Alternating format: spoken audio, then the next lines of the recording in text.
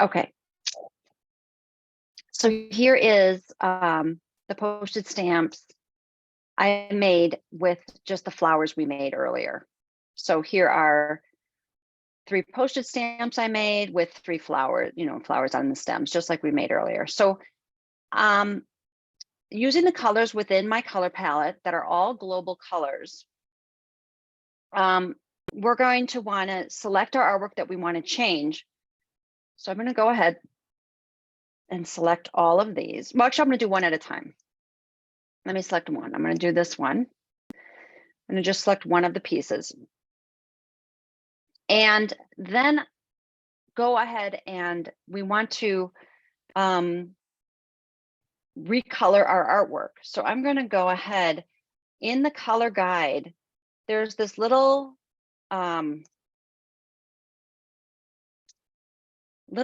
icon that it looks like a color wheel, and that's the recolor artwork wheel. You can also go to window and color and recolor as well, another way to get there. So I'm using the little color wheel guide, and this is the recolor artwork. Now, I've selected just one stamp, this one on the left, and I can tell it what color group to choose from. So I can choose my shapes exercise color wheel, my color group. You're going to choose a color group. So remember, I have artwork colors. I can use just the artwork colors. Here's my artwork colors. I can say I want you to use my shape color group. And then I have all of the colors. So that's actually the best one to do. So it gives you the most choices. So I can choose to use 2 of the colors. I can choose to use 4 of the colors, right? I can move colors around. I can say, I want what was orange to be, a specific color. I can move these colors around.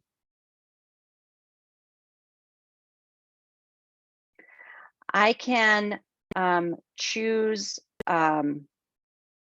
presets. I can do color harmonies. I can choose those presets here. Colors can be auto.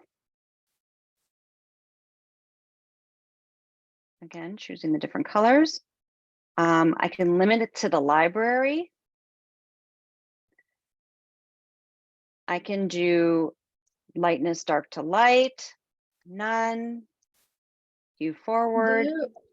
You have to have a color group. Can you not just choose like random colors? No, you need to use, we're wanting to use the color group because we're using the colors within our groups that we're making, our color palettes. Can you use another color library? You can limit it. You can go into this little color reduction options. And I think here's where you can switch into other libraries, color books, celebration art history. Yeah, this is where you can choose other libraries if you don't want to use your color group that you have.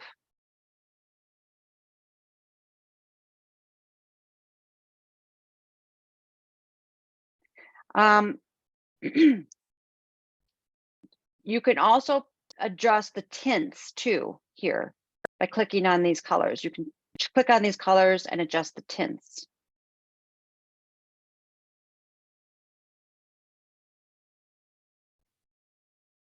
Then you can reset, and I can go back to just that artwork color. So there's a couple ways you can do. You can just reset the colors you have and mix those around. Down here, sorry, I was looking for the randomly changing colors. You can change the color order.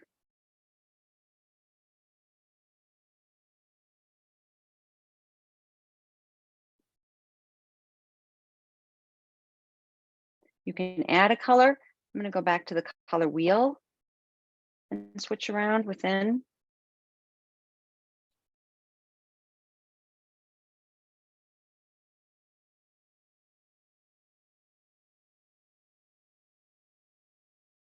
So it gives you a couple other ways. So that's the assign colors. The other way to look at this is to edit colors. So this is more, I think, what you're asking for.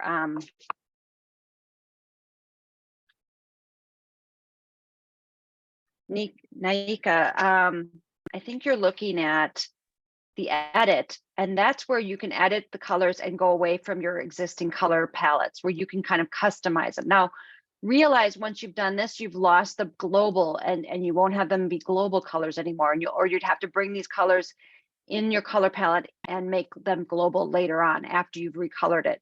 So if you go into the edit colors, this is where you can edit and move away from your colors that you had in your color palette. But just be aware, if you go the edit way versus the assign way, any colors, like let's say these colors are not in my color palette, I would want to then bring these and turn them into global colors and make a new color group that they come global so I can use them throughout my document for other things. But this is where you can take and move into different colorways completely.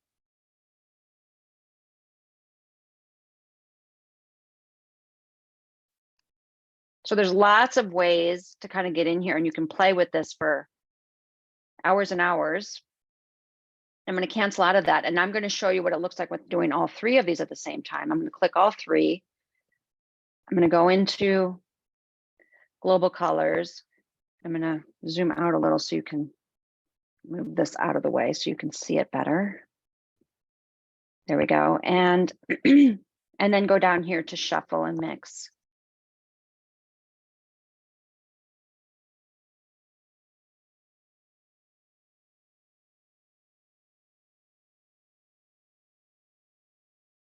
I want to use color library. I want to use this color library. Okay, so now I'm using the color library. When I'm selecting the preset, I'm selecting the color library.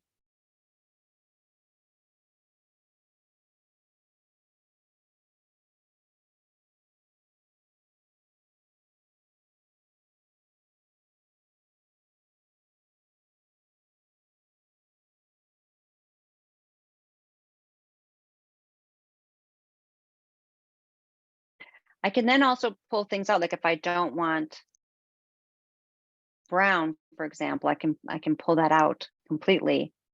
And I can also assign specific colors. So I can go in here and say, I'd rather have that be this, say, okay. And so then whatever's this color, I can go in and go to color swatches and say, I want that to be that color. So I can double click here, go to color swatches, choose the color I want it to be, say, okay. So you can also have that control.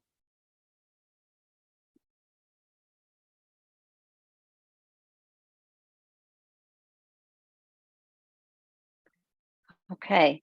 And so what you can do is when you're working is taking copies of your set. So I'm going to reduce this in size, and I can do mix, copies of my design, multiple copies, and have them where I can now explore the different colorways.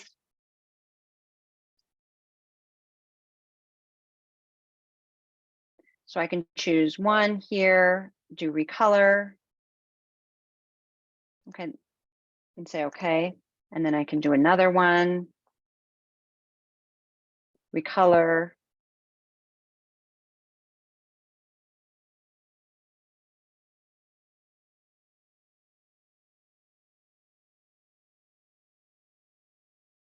And then another one. And keep exploring lots of different, colorways.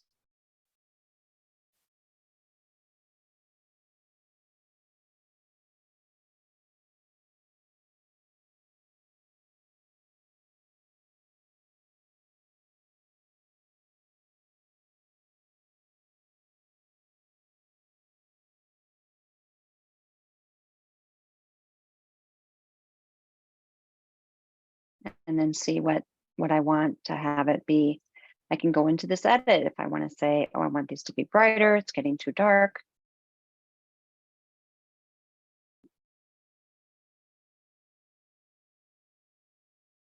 Go out of this to none. Okay.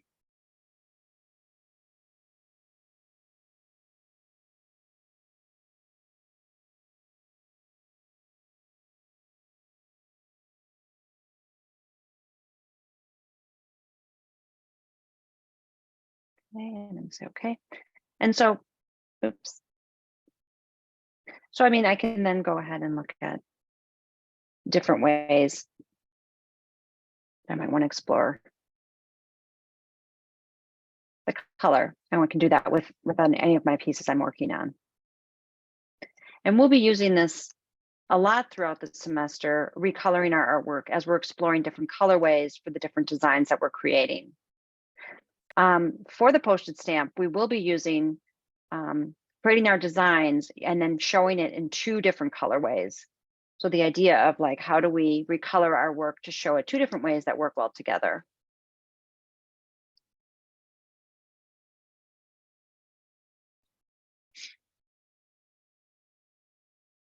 All right. Yes, the recolor is one of the coolest tools available to us, I think, too. So it's a great one to use. Now, notice over here on my swatches with these new colors added, I have all these colors over here that are not global colors. So I would need to come in here and select them and say, make them global. So any colors I want to add here, I need to come over here and select and say global. On any colors I'm adding, I want to turn them in global, so on and so forth. So you need those little white corners that give you that global change, and then it gives us more flexibility as we're going through. And so anytime we're editing colors and adding new colors in, we want to bring in and save them out as global.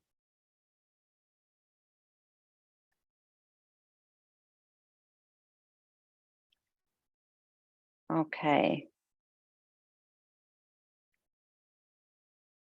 And I think this is where we're going to stop.